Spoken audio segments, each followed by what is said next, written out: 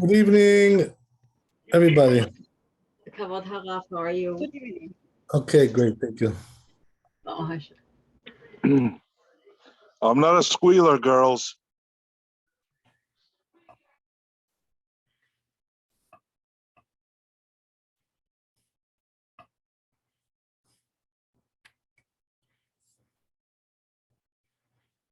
Okay.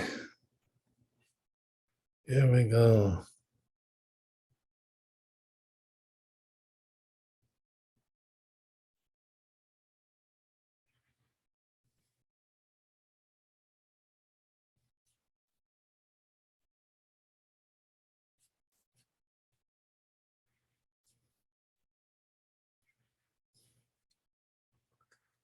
Okay. What'd you tell him, David? You're not a screamer? Is that what you said? No, I'm a screamer for sure. I said I'm not a squealer. Squealer. I was going to say, you definitely are a screamer. Oh, yeah. Oh, yeah. I remember the high school days. And after high school, Post high cost me school. my, Okay. Post high cost me school. my life. Yeah. I The got it. outburst. Remember the outburst? Yeah. All right, here we go. Here we go. Kavod Harav, I do have a question. Sure. Can you please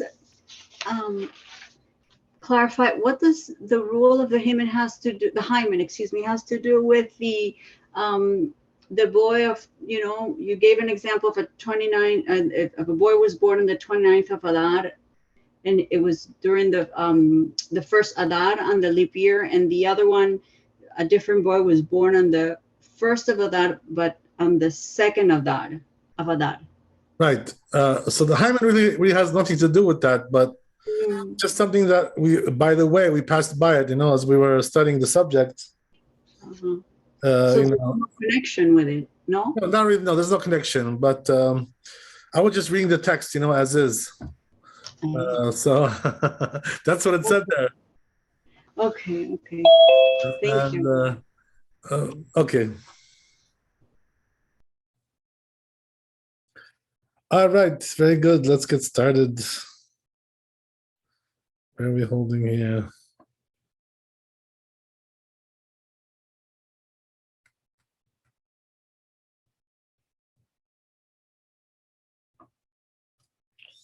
This is the tour. Okay, we have to do Beit Yosef.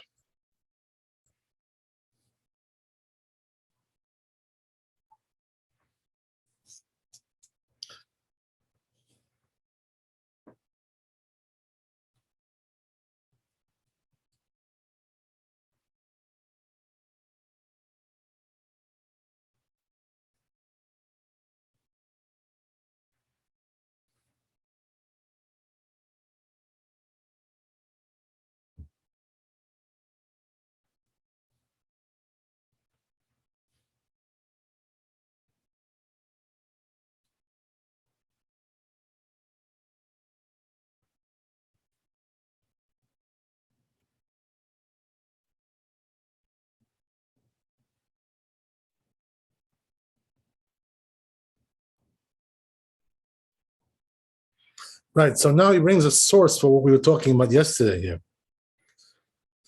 So I'll just read through it. It says like this. It says, we learned this from where? Where is the source? It says, Mehad Garsinan Be'arachim. That which it says in Arachim, the Perek Amocher Tzadehu, in this Perek, which is Lamed Aleph Amud Bet, Amar Rabbi Abba Bar Mamal. Says this rabbi, Machar Shnei Batei Rechoma, if he sold 2 houses which are in walled cities, they have a special status, in the Torah, these houses. Echad b'tet vav b'Adar, one was 15th of Adar Rishon, of the first month of Adar. Ve'echad b'Adar Sheni, and the second, another one he bought in the first of the second Adar. Zeh shemachar lo b'Adar Sheni, that which he sold in Adar Sheni, the second Adar, כיוון שהגיע יום אחד באדר של שנה הבאה, since the next year, the first of Adar comes, עלתה לו השנה הזה, so now the year is finished. So why is that, by the way? Because the following year is not going to be a leap year, so there's only going to be one Adar. So therefore, it's going to happen in the only Adar which there is. There isn't two Adars over there. Okay, good. So then he goes on to say, זה שמכר לו בט"ו של אדר ראשון, person who sold in the 15th of the first Adar, לא עלתה לו שנה, he doesn't finish the year until the 15th of ט"ו אדר של שנה הבאה, until the 15th of the next Adar.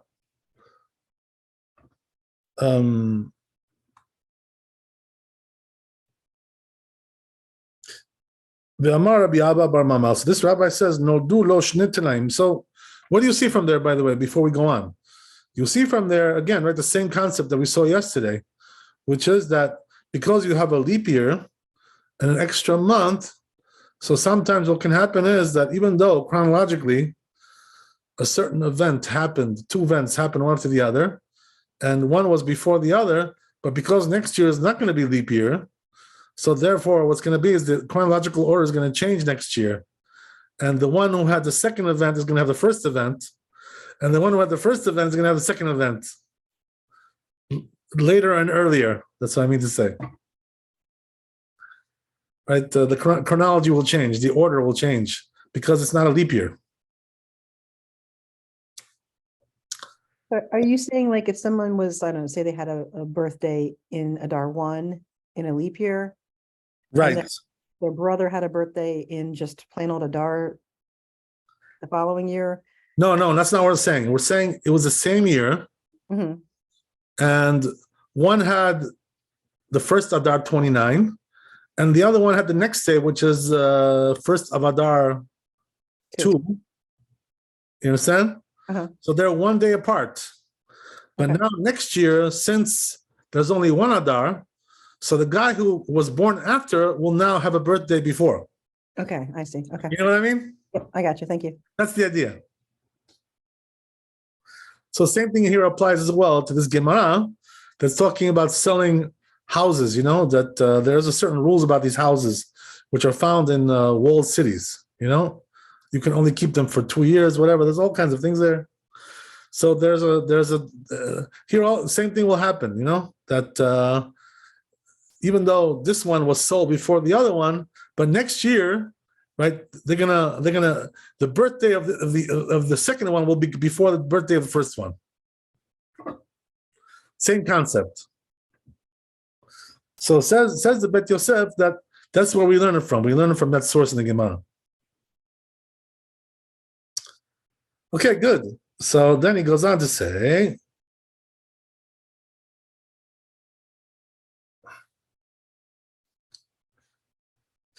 again, right, same concept but different topic, right? Now we have a case where נולדו לו שני תלאים, אחד בט"ו של אדר ראשון, right? This guy is a shepherd, right? Whatever, right? So he owns sheep. So one lamb was born in the 15th of Adar Rishon, the first Adar. ואחד בא באדר שני, second one was born Adar Sheni, second Adar. So again, same thing, right? Next year, the birthdays are gonna switch, right? The chronology will switch. שנולד באחד באדר שני, he was born on second Adar, first of Adar, the first day. כיוון שהגיע יום אחד באדר של שנה הבאה, once the next year comes Adar, so now they're gonna switch, right? The one who had the birthday on the first is gonna be before the one who had the birthday on the 15th. Same thing. These poor lambs. Okay, good. So then he goes on to say,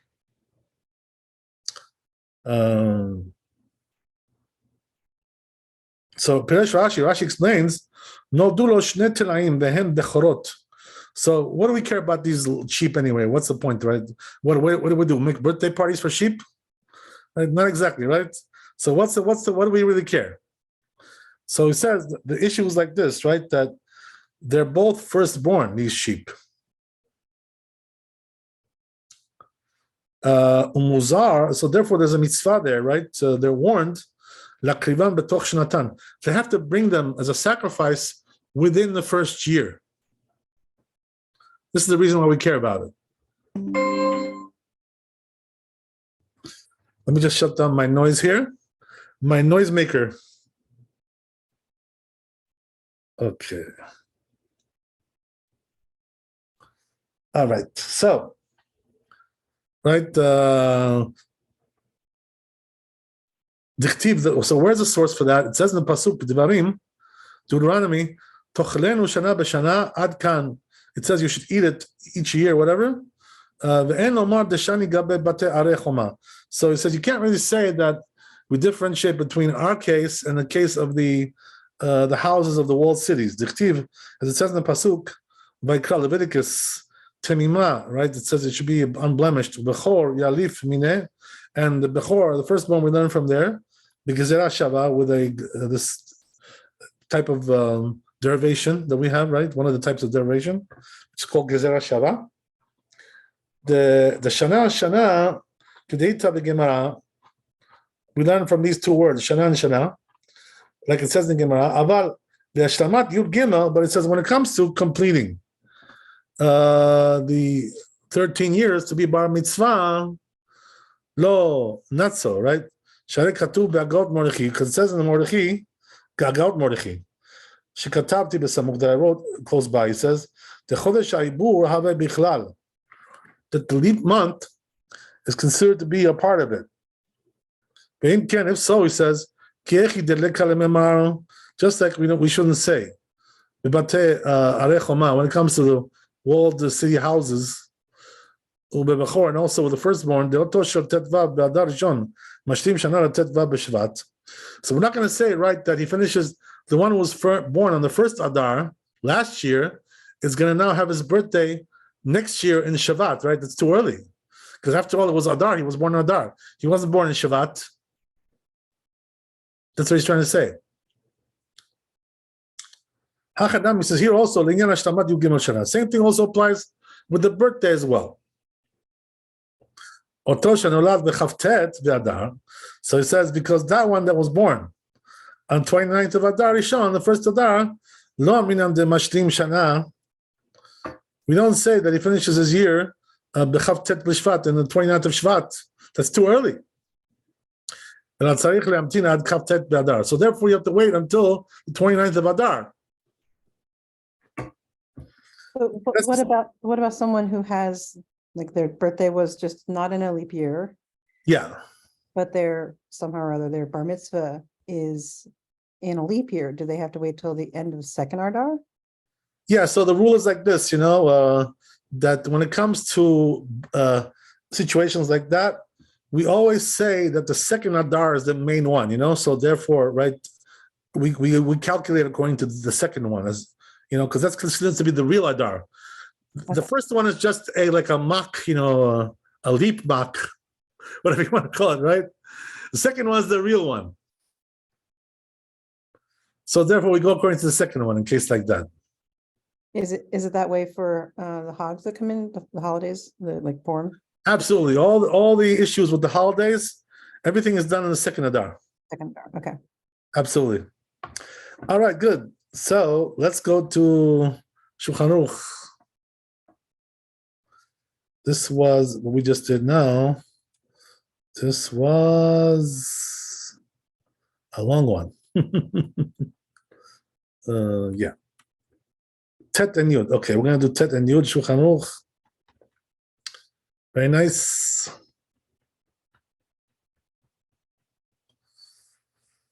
Ooh. Yeah.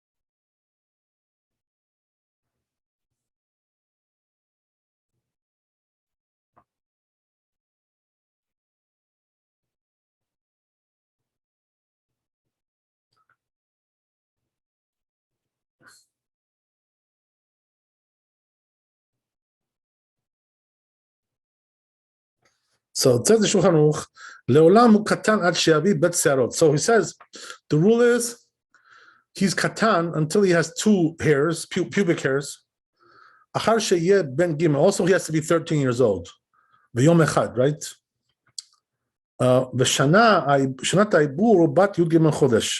So as he says, right, as we mentioned, he says when it's a leap year, that means you're going to count 13 months for his birthday.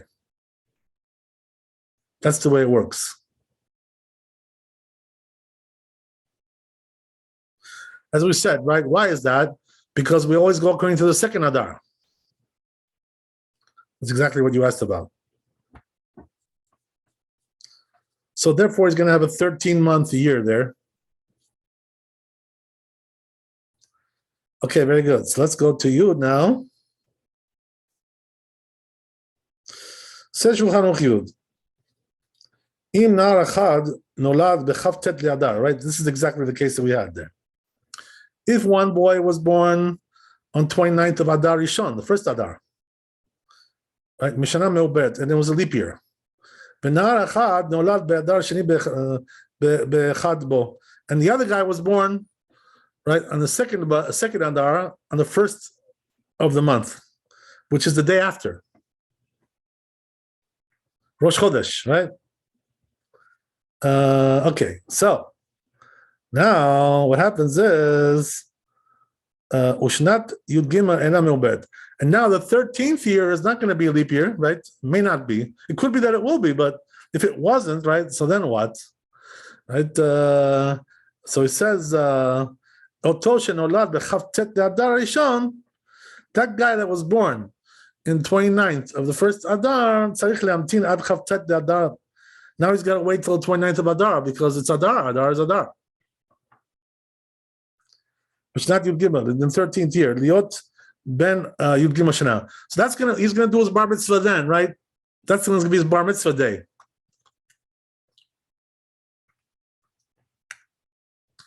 The Otosh and Olad Acharav, but the guy that was born after on the first of the second Adar. So he's going to be a bar mitzvah before him, right? On the first of the month. So he's going to overtake this poor kid, right? Or he's going to overtake him and beat him to the finish line. Why is that? Because this is the first of Adar. After all, right? That's the way it goes. Okay, any questions about that? Don't worry, I'm not going to test you on this. Just no exams, no exams. Okay. I'm sure all of you would pass anyway, but with flying colors. Okay, so it says in the Ramah,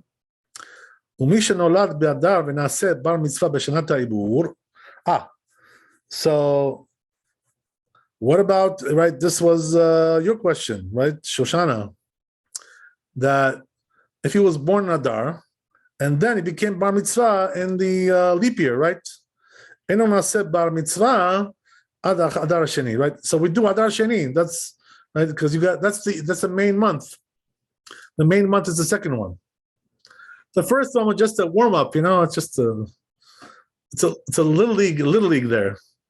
The major leagues are going the second one. Okay. There you go. All right, so we're done with that interesting calendar information there. So now we're going to go to Yud Aleph and Yud Bet, right? 11 and 12. I'm just going to open the window here to get some fresh air. I'm sorry, I apologize. Okay.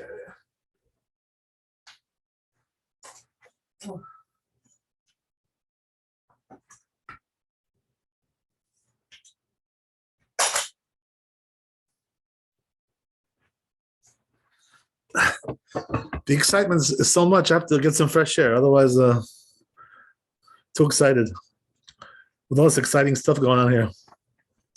Okay, so now it says in Bet Yosef, Katuv b'Sifra Manhig. It says in the Manhig, right? One of the Rishonim, by the way, this guy, right? Siman Ayin Tet, and this Siman Ve'adam Shehu Avaryan. Oh, look at this, right? So let's say a person is a sinner. Ve'lo niduhu hakahal me'etzlam. Oh, but you know what? They didn't get a chance to excommunicate him yet. He's a sinner, but he hasn't been excommunicated yet. Right? So he does count in the minyan, right? As long as they didn't excommunicate him yet, he counts in the minyan. Right?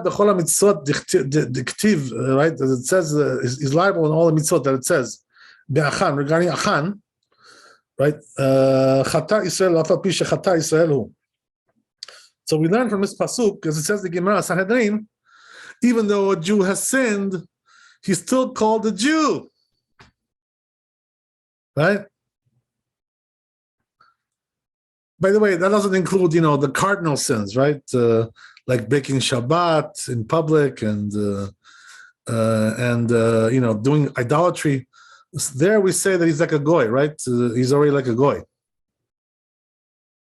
But when it comes to the more, garden variety sins, like let's say, he shaves with a razor, right? Okay, he's a sinner, but he's still a Jew. So he counts in the minyan until they excommunicate him.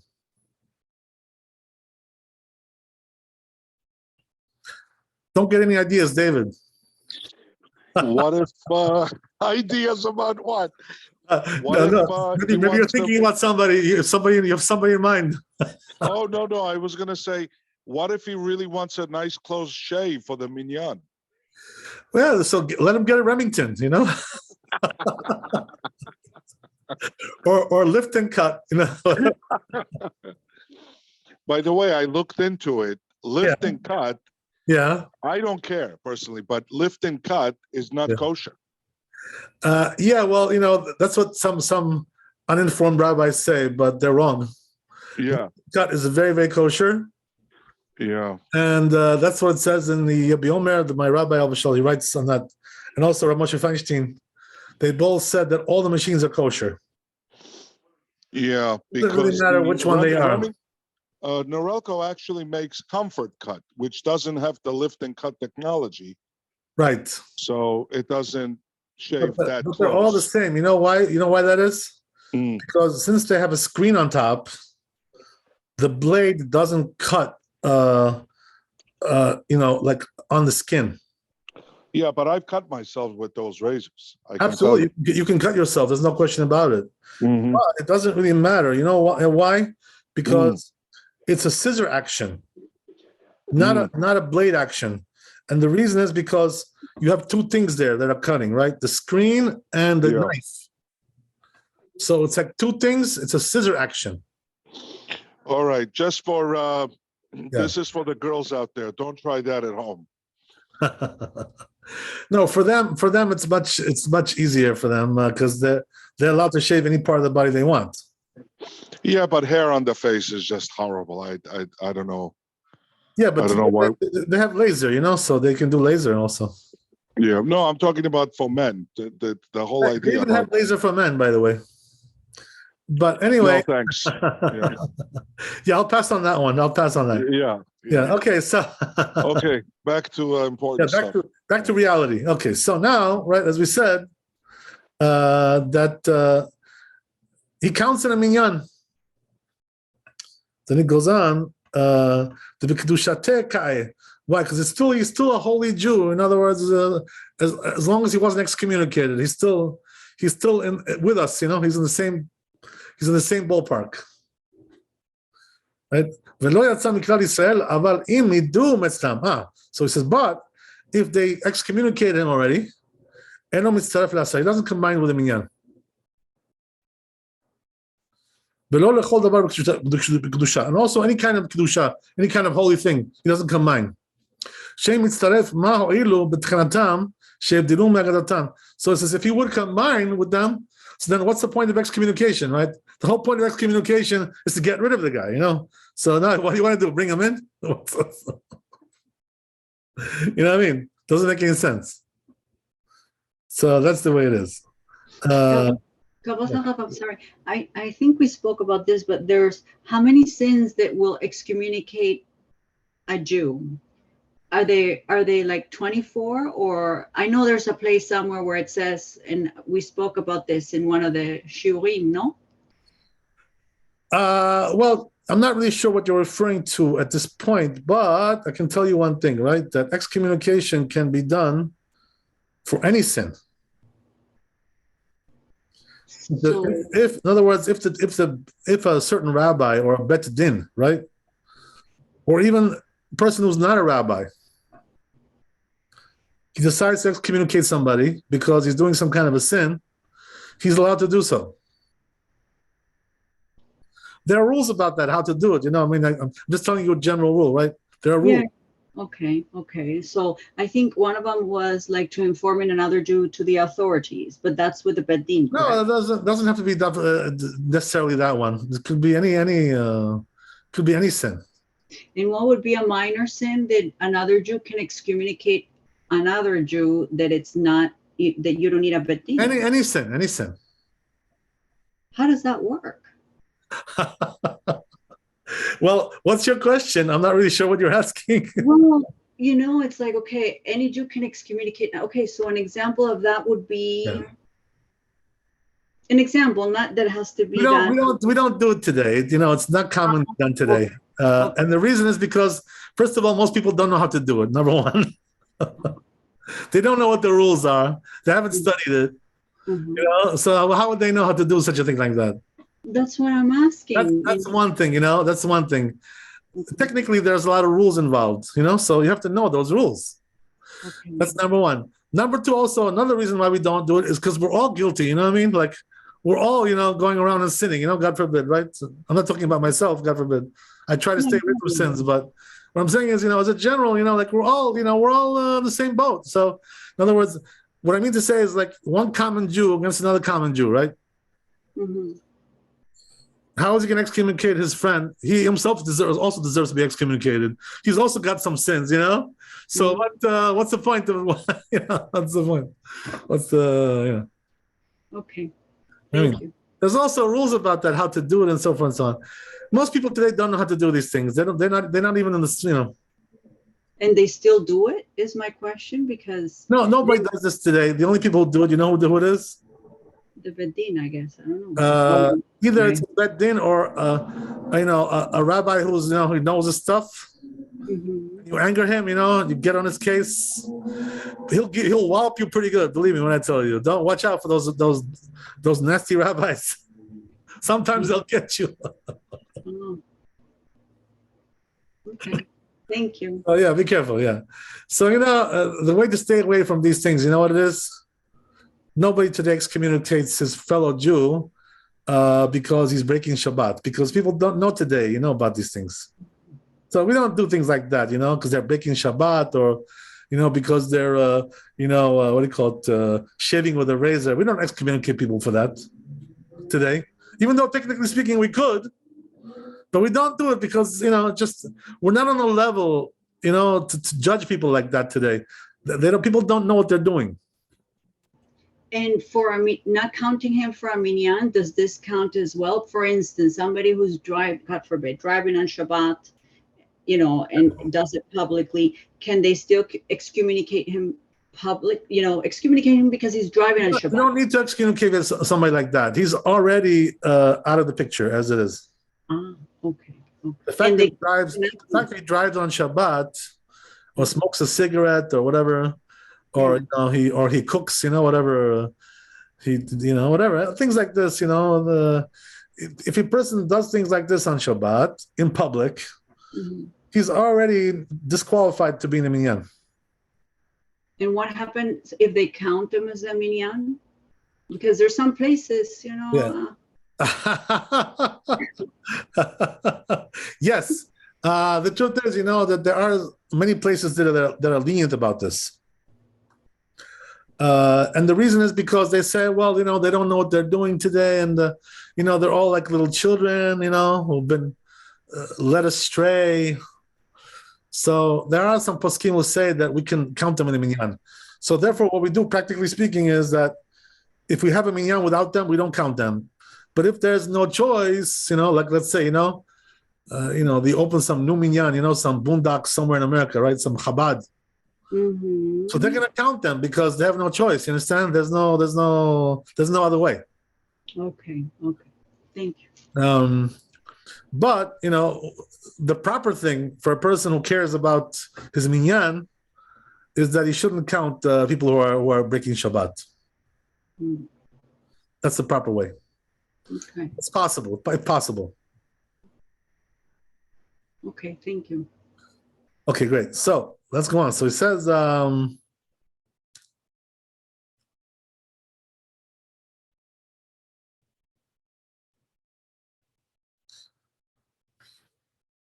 Ken Katav Rashi says, Rashi also writes like this. He says, again, also they wrote these things. The Perek Vav Minchot Talmud Torah in the laws of Torah study. B'Shem HaRokeach and Rokeach. What about the Rashba? What does he say in Tshuva? He says, Misha Niduhu, somebody who was excommunicated, al Avera, a certain sin, Eno Mitzaref La Asara. He doesn't combine with the minyan. And also, we don't use them for zimun, for Birkat Hamazon, b'shlosha, with 3 people, she'avaryanim and mezamin lehem, because we don't do zimun with the sinners. The and mitzarfim, and they don't combine. V'lo mechamat hacherem, she'im ken afilu niduhu al iske mamon. So he says that even if they excommunicated him because of some kind of monetary issue, the Bet Din, excommunicated him. They had some monetary issue that he refused to comply, whatever, right? Ken ela mechamat shenaseh avaryan be'avera chamura sheuchram.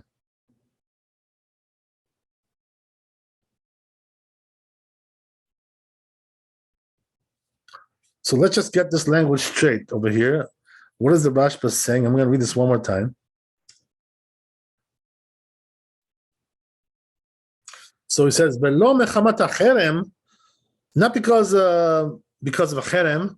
Sheim ken afilu nidu al iske mamon ken ela mechamat shenaseh avaryan be'avera chamura sheuchram. So he says, right, that if they excommunicated him because of a monetary issue, right?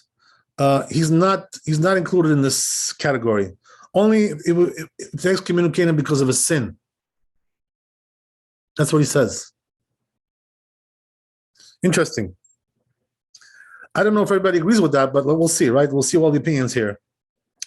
So he says, "Bezel lashon haribash b'tshuva." That's what it says in the Ribash. Right? These are the big poskim, by the way, right? The Rashba, Rivash, the big guys in the Rishonim, right? וזה לשון הריבש, says the Rivash בתשובה, דווקא בממודה הוא שכתב רמב"ם. So he says, this only applies to the excommunicated people that the Rambam listed. שאין מזמנין עליו, and we don't do zimun with him, ואין קוראים אותו בעשרה, we don't count him in 10, לכל דבר, with any kinds of thing, שצריך 10, that needs 10 people, אף על פי שלא נזכר זה בפרק אלו בגלחין.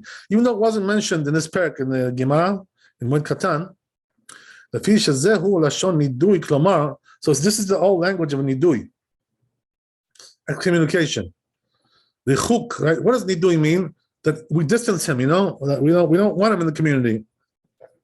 He's banned. That's what it is, right?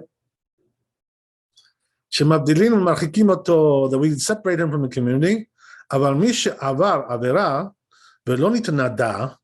he says if a person did a sin, as we already mentioned, right? But he wasn't excommunicated. They didn't do it for some reason, whatever it was, right? As we said, right, today, it's usually not done, in most cases. Very rare today you're going to find, somebody today excommunicated, it's like 1 out of 1,000,000, whatever. So it's very rare. As I told my friends, I personally I witnessed one, excommunication. So when I was in the kollel, in the yeshiva there, and the Maran, he came and he excommunicated somebody in front of us. He came there, he sat down, and we were learning, we were just in the middle of learning. All of a sudden, the rabbi shows up there, and he excommunicates somebody. So we actually what they did to the ladies don't know about this, obviously, but you remember that thing that went down in the Georgian synagogue when they excommunicated. Was that an excommunication when they? No, there was just a rumble. There was no excommunication. Yeah, but you remember they judged them. They took them to the high courts in Brooklyn. Yeah, but it's possible they went to Beddin. Whatever. I don't know. I really don't know what exactly went down there. I don't know all the details. But a lot of theatrics. That's what. Yeah, well, that's for sure. Yeah, that's for sure. So anyway, right? That's the way it is. Okay. But it says if a person did a sin and he wasn't excommunicated, so we don't find that he doesn't combine with a minyan. No such thing like that.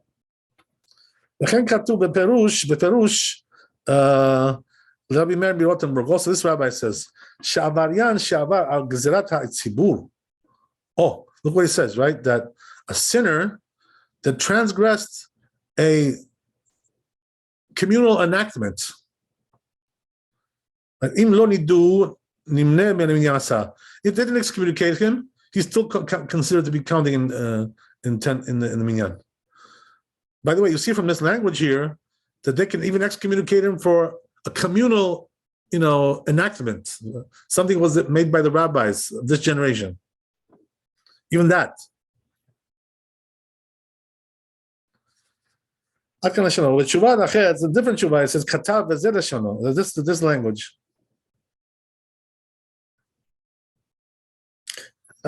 It just reminds me of a story that I heard. I was going to tell you guys this story one day, and the internet flashed out. Maybe Hashem didn't want me to tell you the story, but I'll try it again. If the internet goes again, you know that Hashem doesn't want me to tell you. Okay. So there was a story like that. So there was a story like this I heard of, that, there was a certain, I'm not going to mention the names, okay, whatever. But there was one guy, in Israel who's like a politician. He's a religious guy. And he went to the press, in Israel and told them there's a certain rabbi, who comes from the family of Baba Sali, or the very, these are very, very important people, very, very holy people, right? So he said about his grandson, the Baba Sali, that he has $500 million in the bank. Very wealthy guy, right? So when this rabbi heard about this, that this politician, said this about him, he excommunicated him. So why did he do this? The reason why he did it was because he said, you're putting me in danger. Now the authorities may come and take my money and start snooping on me. So you're like an informer, like Bruria said, right? You're informing on me. What are you doing? So he excommunicated him, for this. And but the truth is, what happened was that I didn't see this myself, but I heard that this whole story came to Maran, Rabbi Shalom, they told him about the story. So they asked him, they told him, like, this guy was excommunicated by this rabbi, whatever. So the rabbi told this rabbi, he told him, this is what you did didn't take effect. He says it wasn't valid. The excommunication that you did. I don't know exactly why he felt it wasn't valid, but I can understand why. He wasn't trying to inform on him, whatever. It was just whatever. Saying something. He shouldn't have said it. It was a mistake to say that, obviously. But, he wasn't informing, whatever. It wasn't like, that wasn't his intention. Whatever, so... But so you see from there, by the way, that sometimes a person can excommunicate somebody, but it doesn't take effect. Why? Because he did it the wrong way. He did it for the wrong reason, so it doesn't do nothing.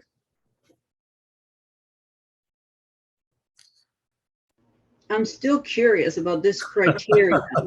Yeah. I'm sorry, you know. Wait, well, can I just ask you a question? Are you interested in doing one yourself? Is that what you're asking? No, don't have an excuse. I'm joking. Of course. I'm joking. Harmless, you know. Okay, I'm sorry. Go ahead. I'm sorry. I'm interrupting you. No, it's okay. It's okay. I'm harmless. Listen, I think it's good to know, you know, what are the sins that you could, you know, well, not you, but a person could possibly get excommunicated, or communal sins, or, you know, it's good to know about these things. You know, if you don't know, then somebody, I don't know, God forbid, does it on you, and then you're believing they're excommunicated when you're really not, because Right. they didn't know how to do it. You know, As we said, you know, today it's not really done very often. You know, it's a very rare occurrence today. So I wouldn't lose any sleep over it. Unless you want to do one yourself. That's right. No. I'm joking. I know in the Shulchan Rambam, there's, you know, it talks about that. Because I've heard it in a lecture some years ago, Yes. but I don't know where exactly in the Rambam is. Right, but you know, I think maybe you're talking about something a little bit different, because the Rambam there is talking about things that cause a person to become like cut off from heaven, you know, heavenly. That's where I'm confused. Here we're talking about not heavenly. We're talking about the earthly people will cut you off. You know what I mean? That's a different thing. So nidu is the earthly people. Karet is from excommunication. You know, you get cut off. Karet is something else, right? Karet is a different story. That's probably where I'm confused. That's from Shaman. That's from heaven. That's a different issue. Okay, thank you. That's where I'm confused. But here we're talking about, you know, excommunication from mankind. That's a different issue. Okay, whatever. And how does the person undo that if that happens? What, he was excommunicated? From the community. Let's say, how does he come back? Is he able? He has to go and apologize, you know, and do tshuva, and then they're going to bring him back in. Oh, okay. That's his avenue. Okay. We have to do a double tshuva here. As I told you guys the story, you know, this is a true story that I was told by the son of the rabbi, that one time the rabbi was giving a lecture, you know, in the great synagogue in Tel Aviv, if I'm not mistaken, right? So he was giving a lecture that he was a chief rabbi at that time. So what happened was that when some, you know, kids, you know, like teenagers, up to the women's section upstairs, and they started like mocking him, you know, making fun of him, you know. So the rabbi, you know, looked up there, you know, to the balcony, you know, and he stopped the lecture for a second, and he said, "You're excommunicated." You know, he excommunicated on the spot. After that, he continued the lecture. He finished it. You know, like nothing happened. You know, like he went back to normal. So a rabbi is allowed to do that. By the way, he's allowed to excommunicate somebody because he disgraced him, you know, in public. So be careful. Don't do that. Don't disgrace rabbis in public. Otherwise, you may get excommunicated. Be careful about that.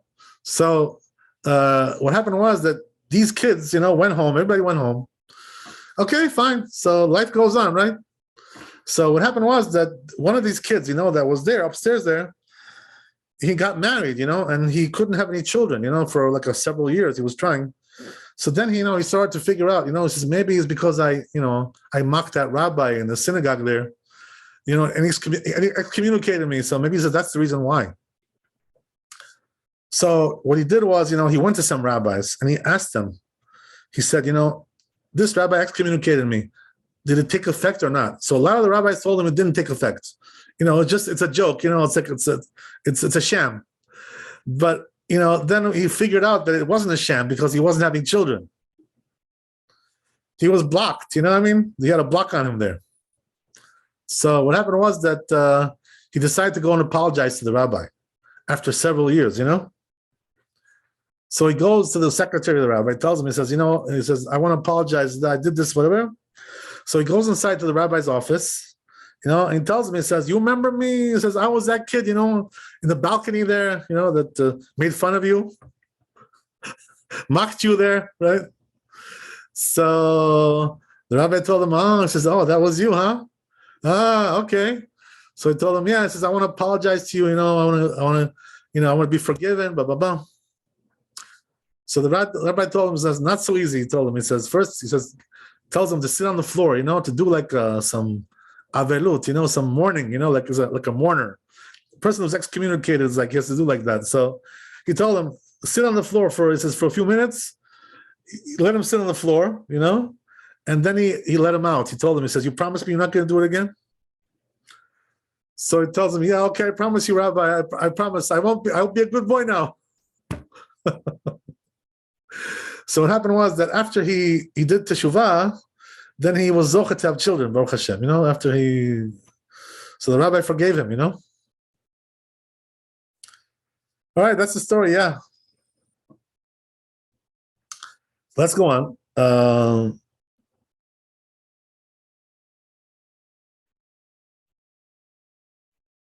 So he goes on to say, but tshuva achet says in a different tshuva, says the Rivash, katav v'zel leshono, right? This is the language. Ma shekatavta she'ata nimna.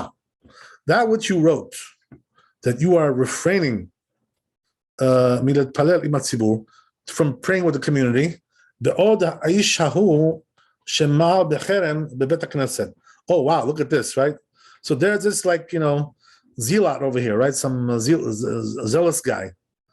So he's what he's doing is he's refraining from going to the shul. Why? Because he says there's somebody there who's excommunicated. I don't want to pray with him.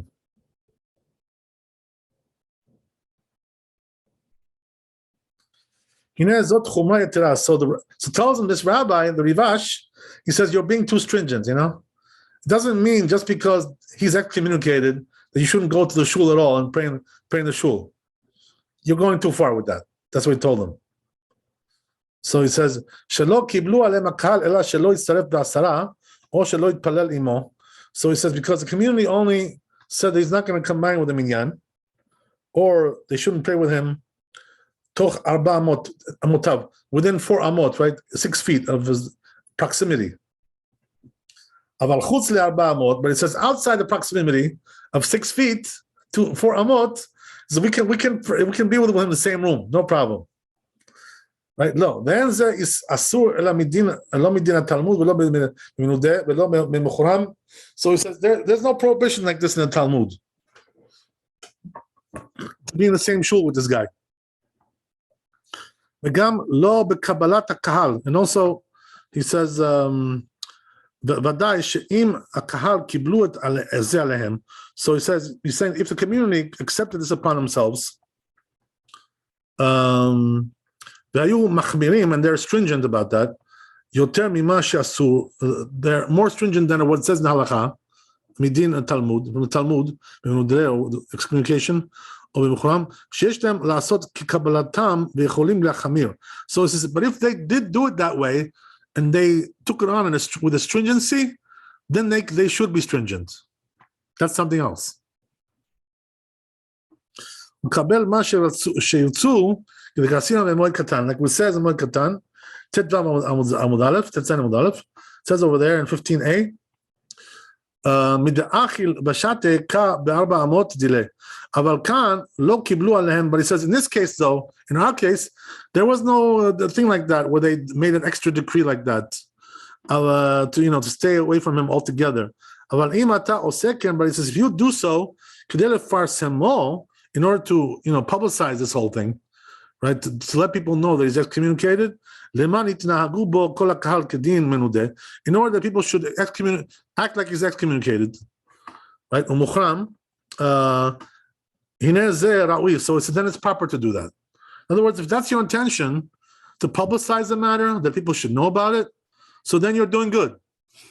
So he tells them. Wow. ראוי לאיש כמוך להסיר מכשול מדרך הדורים לישר.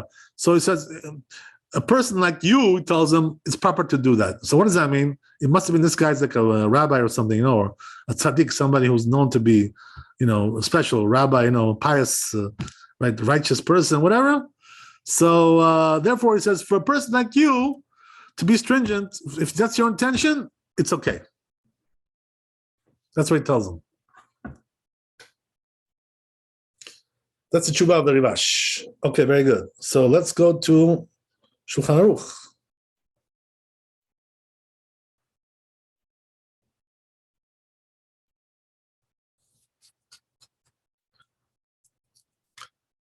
You know, by the way, that you people are, you should know you're lucky. Why? Because you're studying Bet Yosef, and he brings here all the Rishonim, the earlier authorities. So, our wisdom from Torah comes from the earlier authorities. You know what I mean? We learn, we drink in their wisdom because that's what gives us the proper perspective in Torah, To learn the words of these holy rabbis is a very big zechut. It's a very big merit. You can't imagine what it is. So let's see what it says in Shulchan Aruch. Avaryan she'avar gizrat hatzibur. So he says that a person who's a sinner and he transgressed the enactment of the community, right? Not something from the Torah, just something that was enacted by the rabbis, Or she'avar avera, or he did some kind of a sin. As we said, right? He shaves with a razor, right? No Relco, no lift and cut, right? No Redington, David. So it says, but if they didn't excommunicate him yet, he still counts with a minyan. As we mentioned, right?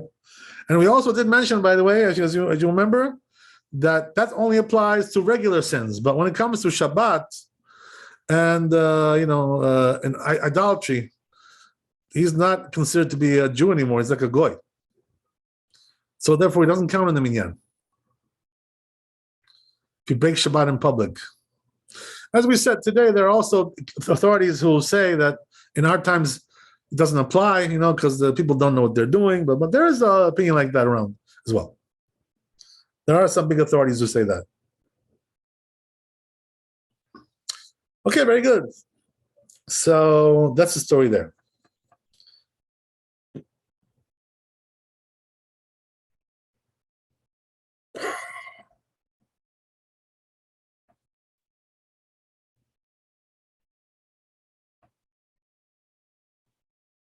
One more Shulchan Aruch we have here. So it says, Menudeh, a person who's excommunicated, En metzarfin oto lechol davar. We don't combine him to any kind of any kind of issue that needs 10 people, right? Minyan. He's not a part of the minyan. Aval mutar leitpalel bebet knesset shehu sham.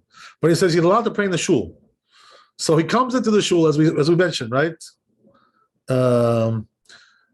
And we have to stay like 4 amot away from him, 6 feet. We can't get too close to the guy. So if he comes and sits next to you in the shul, you got to move to a different place, right? Move over to the other aisle. Okay? So then he goes on to say, unless,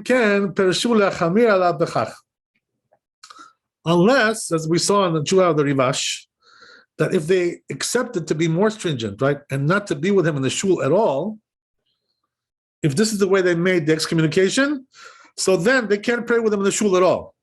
If this is the way it was made. But if it was made in a regular way, we say, right, that they can be in the same room with him in the shul, as long as they're 6 feet away. 4 amot. Okay, good. All right. Let's go to Yud Gimel.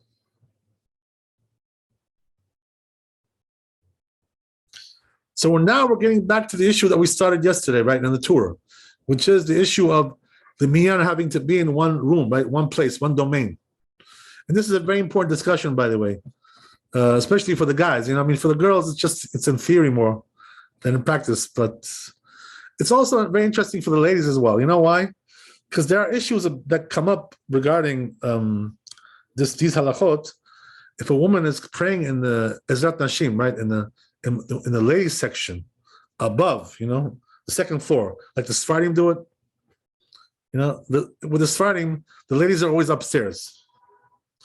They're always on top of us. That's the way it is, right? You know how it is, David. The ladies are always on top. Okay, so right. What happens is No comment. No comment. Okay, so right, as we said, that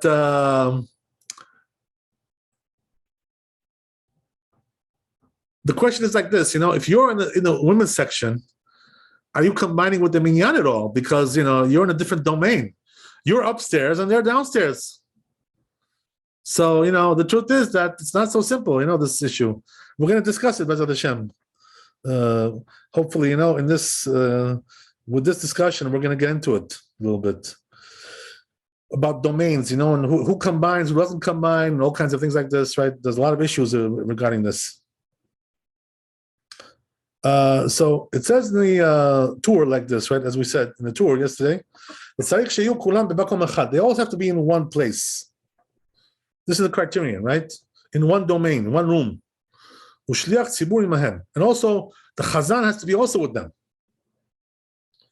And if that's the case, then they all combine. They're all in one minyan. So it says Bet Yosef, says, we're going to explain this. This is close by now, right? We're going to see what this really means. So as we said in the tour, right, that if you're standing in the doorway, right, where the mezuzah is, there, right? So it depends on, are you inside of the lintel or outside? If you're inside the lintel, you're in the room with them, right, with these people. If you're outside the lintel, you're outside, you're not with them. That's what we said. Where is this coming from? Besot Perek Kitzat Solin. It's over there in Psachim, right? Pehe Amud Bet. Tanan. We learned over there in the Mishnah. Mina Gaf Lifrin Kilifrin. Okay, I guess we'll continue this next time, B'ezrat Hashem.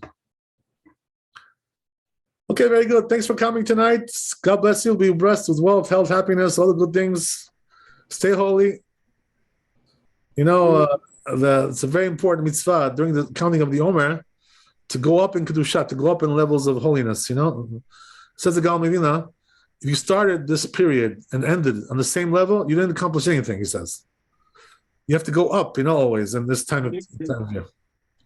Rabbi, any days, upcoming days where we don't put tefillin or the next? Yes, there is Shabbat. But don't put tefillin on Shabbat. No, that I know. Yeah. Okay. But all these Israeli holidays, these silly holidays, Independence Day, this, you would put tefillin. Those are not real holidays. They're all fake holidays. They're all fake. What about Lag Bomer? Fake news. Yeah, Lag Bomer is a real holiday, but we do put tefillin because it's not really like a Yom Tov. It's not a festival. You believe we lost Tucker? Right. Look at the time. All right, maybe we'll convert him. Make him into a Jew. God bless. Okay, very good.